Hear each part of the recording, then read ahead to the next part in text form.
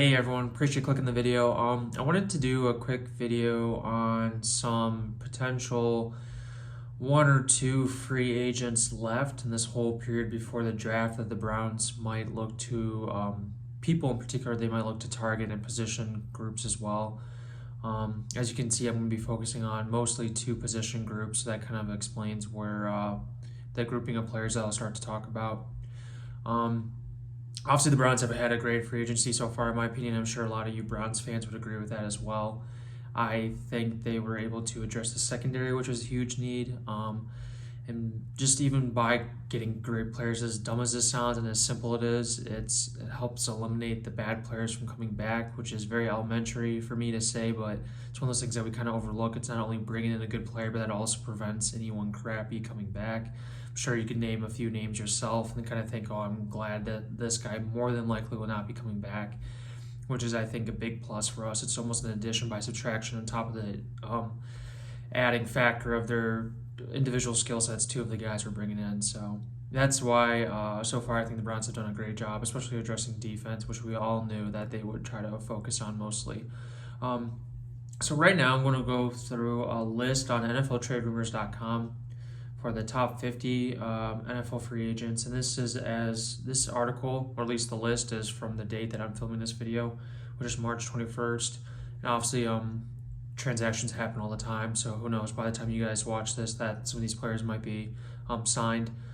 But there's two position groups I still think that the Browns, there's a decent possibility that they'll add some free agents, and this is even excluding the draft. One being defensive line / pass rusher. I'm kind of grouping those two together just because I think as a unit, that's the way I look at it. We need some more guys on that side of the field. And the other being cornerback still. I still think it never hurts to have multiple guys ready and available as cornerbacks, since, as you know, last year we had to go play guys like Robert Jackson, who I thought he was okay, not as bad as some Browns fans made it seem with him being on the field. Especially due to especially with his circumstances, what he had to deal with, and him being pressed right away, and he's not used to being that, number 2, number 3, whatever he was last year. But that proves that we need depth at that position, especially since this is a passing league now, blah, blah, blah, so you all hear. So we need to be able to have a counterpunch for that, and assuming, too, our secondary can never stay healthy, which, yay. Hopefully you guys can this year, but we shouldn't bank on that. So that's why it's always good, especially for the Browns in particular, to have more depth than usual at that position. With that being said, I could see that being a target and for the NFL draft, but I still think it would be nice to have a few, one or two additions on both position groups and free agency, just to have them a little bit more veteran guys, because it doesn't hurt for us to get some cheap one-year deals of people that are actually above 30, which would be, nice. Not complaining that we're all young, but, we can't have a team that's full of young people only with little to no experience. It would be nice to have some veterans that have some playoff experience, Super Bowl experience. You could look at Malcolm Smith, who we signed, or the defensive tackle who's drawing a blank in my mind right now, that Malik from the Philadelphia Eagles. I know he played in the Broncos, blah, blah, blah. At the time, he was, playing for a winning team before this whole thing happened in Philly last year. But nonetheless, I'm going to go through a list and just kind of read some names that could be possibilities, just because it's just a list, and kind of seeing what some of my thoughts are with potential guys. Kind of scrolling from 50 going up, so being the worst in their ranking, per se, of the free agent list, who's left, all the way going up to the top, number 1. Some of the edge guys that they have, some of the edge and defensive line guys they have at the bottom, they have Everson Griffin at 38. They have Ndamukong Suh for defensive line at 31, Geno Atkins at 30, and Jarrell Casey at 29. Ndamukong Suh is kind of interesting, as much as he is kind of a player that has that reputation, deservingly so, of being that evil guy. He's been very productive. He hasn't been that crazy guy that he was early on in his career, but nonetheless, he's been part of that Tampa Bay Buccaneers defensive line that has been stacked and really helped them win the Super Bowl. So he's an interesting addition, or would be an interesting addition, or something to look into, in my opinion. It's crazy he's actually 34 according to this. I'm kind of surprised he's that old. Time flies by. Geno Atkins too. I'm not really too sure on the top of his recent history if he's dealt with injuries or what have you with that. Cincinnati, and I think he dealt with an injury last year. I could be wrong on that. Nonetheless, he's a decent name for the defensive line. I could maybe see us being potentially interested in someone like kind of that place, skill set, name, I guess you can say, for the defensive tackle position in particular. Kind of very thin on that. We have Malik we just signed. We have Andrew Billings who should be coming back, hopefully good to go. And we have Jordan Elliott as our rookie last year, kind of be probably still a rotational piece. I'm assuming that they want him to kind of take a next step, but I don't like assuming that because we don't know. And besides that, maybe there's one or two guys that are kind of like whatever, nobodies that I'm not really too excited about. Could be missing someone, but at the top of my head, I don't know, nothing excites me. So those are some guys that are kind of interesting. Casey as well kind of fits that same boat, I think, with Atkins and Sue. Cornerback now, looking at some corners that they have right above that. 26, they have Darquez Denard, and 27, Dory Jackson. I know Dory Jackson, there was rumors early on that the Browns might be interested in him, just because he's so young, and that kind of fits in that mold of a young guy who might have not lived up to his potential yet, but still has that upside. So I think that could be an interesting piece.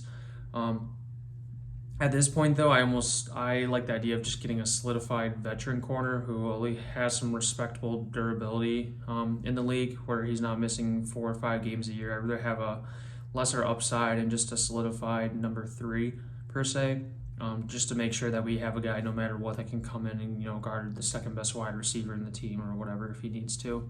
Kind of like a Richard Sherman, which he might be on this list. Yeah, so we have KJ Wright as a linebacker. It's kind of interesting. He's still available. That is actually a good point.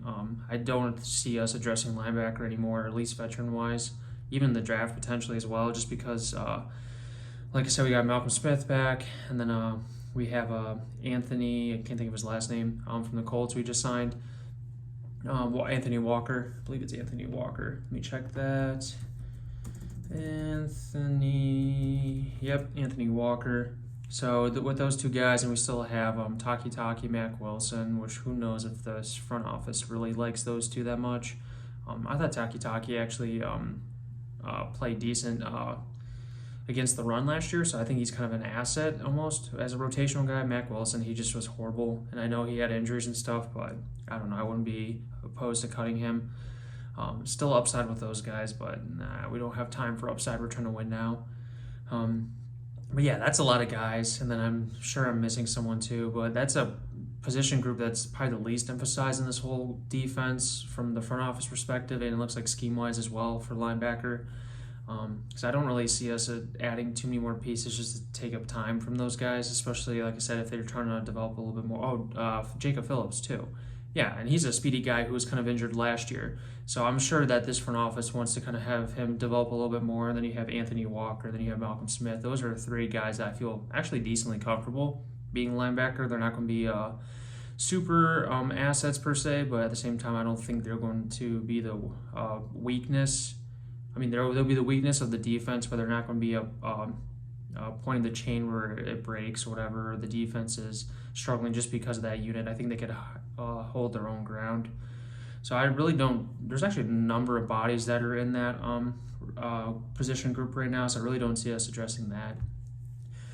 Going back to the list, some additional edge rushers. They actually have Olivier Vernon 18, which I thought was interesting. I thought he had a great year. Obviously, he had the injury, so I don't think that's no longer a chance he's coming back with us next year. Unless he's some weird late addition towards the end of the year if he's healthy, but I'm assuming he's probably going to just take the year off. This guy I think is very interesting, and I think this is a real possibility. Carlos Dunlap, the edge from Seattle, who was formerly a Cincinnati Bengal. It seemed like there's been Browns rumors where they kind of had some interest, or at least it's been flown there, might be interested with him. He's been productive. He's only 32. He played, I think from what I know, he played decently okay in Seattle and Cincinnati. Obviously, he was pretty good. He just wanted out, relatively speaking. Again, this is not like I'm not saying these guys are the top of the line. They're just still free agents available now for a reason. But nonetheless, I think he can be a decent player that could kind of rotate with McKinley on the opposite side of Myles Garrett, or even be a backup to Myles Garrett. So that's an interesting guy. Justin Houston in Indy.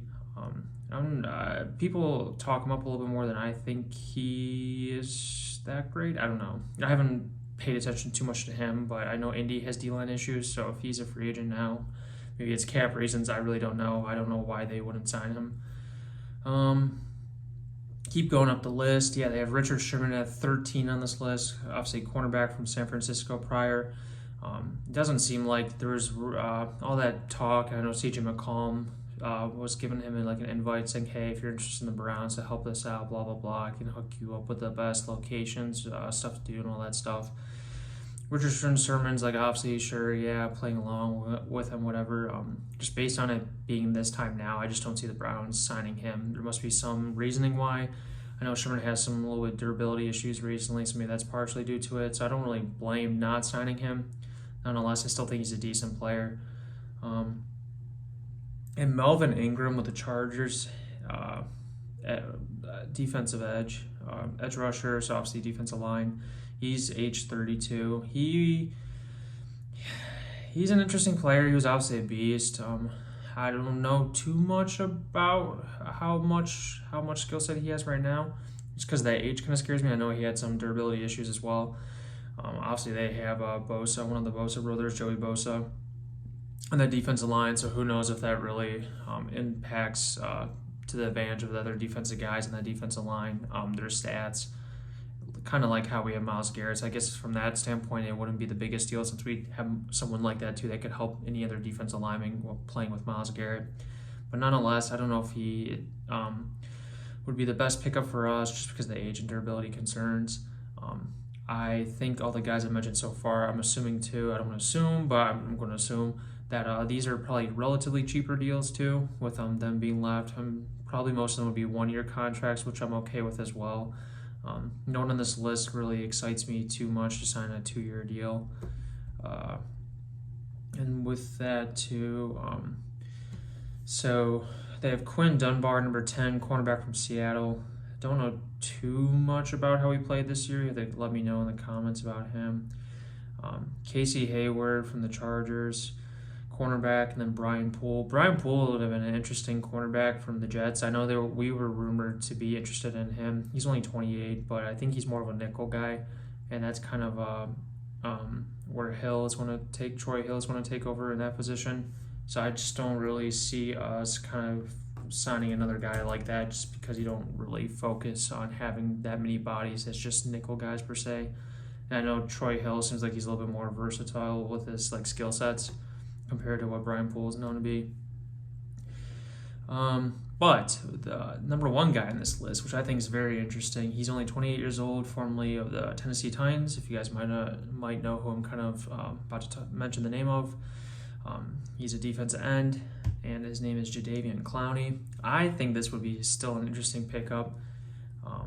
Obviously, he didn't do squat for Tennessee. He had that injury. They were not happy with him, and we weren't happy with him when we offered a crap load of money. He just said, see ya later, whatever.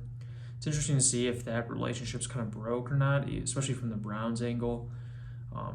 Nonetheless, though, he still has upside. He's still young. I think you could actually probably give him a contract in the single digits, which sounds crazy to some people that he should just be a $2-3 million year deal or something. But realistically, for his upside, he's still worth probably high single digit $1 million 1 year contract, like a $7-8 million contract or something.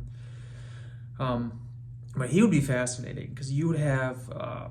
Let's say if him and McKinley are on one side together, you could kind of rotate those two guys so that not one player has to be that main guy and, get banged up kind of like Myles Garrett is every time towards the end of the season. So he would be an interesting get, I think, and I would actually would like the Browns to try to get him. I know people will be like, oh, he doesn't like our city, blah, blah, blah, or he turned us down, so what? I don't know. If you like some others, he went to Nashville. Who doesn't want to go to Nashville?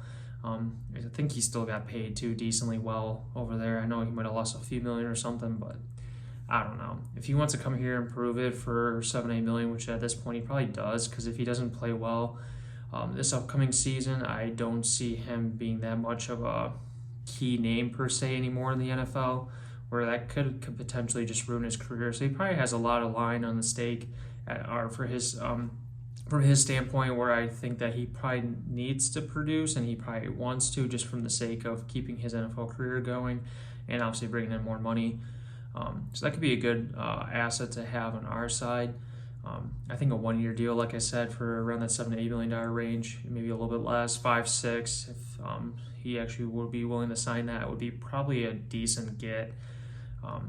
And with that added to our defensive line, then we could not be as picky per se with Clowney on our defensive line in the draft of having to fill a need right away. We could kind of literally pick the best player. As cheesy as it sounds, it is the best way to approach an NFL draft, is not to have one specific need and kind of be flexible with literally whoever's in the top of your draft board and just select that name moving right off and then keep going down. Obviously, last year it happened where one of the few drafts in NFL history where there was a lot of top offensive tackles available early on, so it kind of fit with the need the Browns desperately needed on top of the talent that was there. So that kind of matched a little bit more this year, especially in the late 20s where we're picking. Or mid-late 20s, whatever it is. It just doesn't make sense to approach that from a need perspective because we don't know who's going to be there. Especially with all this world stuff going on, who knows how the scouting and all that kind of stuff really works too. So this might be even more of a curveball to understand some of those iffy guys, which is usually where the end of first and early second round start to come in play, how they might turn out. So it'll be a lot to bank on, and I don't like the idea of banking on filling a need with a guy like that. Having said that, though, if we get Clowney and we can maybe get one of those cornerbacks or even someone else, then we kind of have, I think, everything on defense relatively solidified, and that would let us just target the best players in the draft, and that would be fantastic. Obviously, if it's a defensive lineman or a cornerback, I think that's more of a priority maybe in the draft board if they weigh that a little bit more. But that would be fantastic because we don't necessarily need that position, but obviously it would be a nice to have for us. We could even go crazy potentially too with drafting somebody in a position that's stacked right now per se, whether that be safety, whether that be wide receiver. As much as people might say, "Oh, that sounds horrible, don't do that," if they're that great of a talent, I'll take them. Let's cut the other expensive guys next year after this upcoming season. Who cares? We're going to be having money issues probably pretty soon, so if we can get some great talent that's literally the Browns think no matter what could be a great addition to the team moving forward, I'll take them. And that's where that flexibility comes in, where we don't have to be cornered into one position, especially later in the first round. But yeah, so those are some of my kind of going through the NFL trade rumors, top 50 2021 NFL free agent list as of March 21st, which is crazy to say that. If you've made it this far, really appreciate it. Just want to give some thoughts on some guys that are still available and how that can kind of honestly mostly provide us flexibility heading into the draft moving forward. Nonetheless, though, I thought so far so good with Andrew Berry at the front office and the NFL free agency period from the Browns standpoint. Great players and relatively affordable contracts that won't screw us over. So far so good. Excited about what the Browns are doing, and thanks for watching, everyone. Please like and subscribe. Trying to grow this channel a little bit more and trying to provide some more content as the Browns start to pick up with draft coming up. As we know, we're all huge fans of that. Even this year, I'm still excited for it. And thanks for watching, everyone, and I'll talk to you guys later.